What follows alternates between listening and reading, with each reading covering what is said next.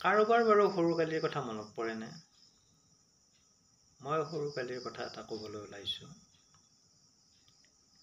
আমি সৰুতে বিহু গাই ফুৰিছিলোঁ। মানে বিহুৰ সময়ত আমি বিহু গাবলৈ যাওঁ, ঘৰে ঘৰে যাওঁ।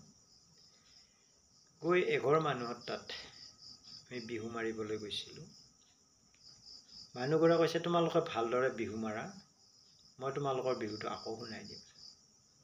এনেই বুলি কিবা এটা যন্ত্ৰডোখৰ টিপি দিলে। তাৰপিছত আমি বিহু গালোঁ। গাৱাৰ পিছত আমি আহিব ওলালোঁ, ৰ'বা তোমালোক নাযাবা। কিয়?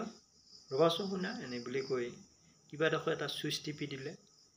দিয়াৰ পিছত আমি যিখিনি গান গাইছিলোঁ, গোটেইখিনি গান দেখোন গাবলৈ ধৰিলে। আমি আচৰিত হৈ গ'লোঁ। সেই বস্তুটো কি আছিল জানেনে আপোনালোকে? সেই বস্তুটো আছিল টেপ। টেপ আমাৰ দিনতেই আমি তাৰমানে যেতিয়া হাইস্কুলত পঢ়ি থাকোঁ, তেতিয়া আমি টেপ বোলা বস্তুটো আমি জানিবলৈ পাৰিছিলোঁ। কিমান দিন হ'ল টেপ ওলাব? আমাৰ সময়ত ৰেডিঅ' ক'ৰবাত দুই এঘৰত তাতহে আছিলে।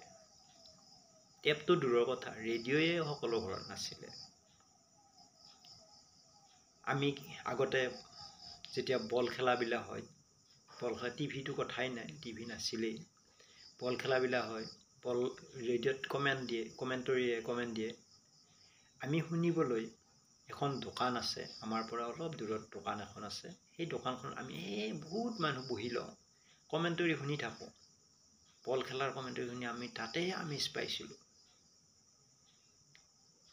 এতিয়া সেই ৰেডিঅ' পাহৰণি গৰ্ভত লুপ্ত হ'ল।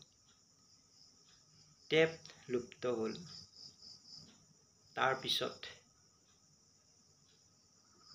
আৰু কি লুপ্ত হ'ল মই নেক্সট ক'ম।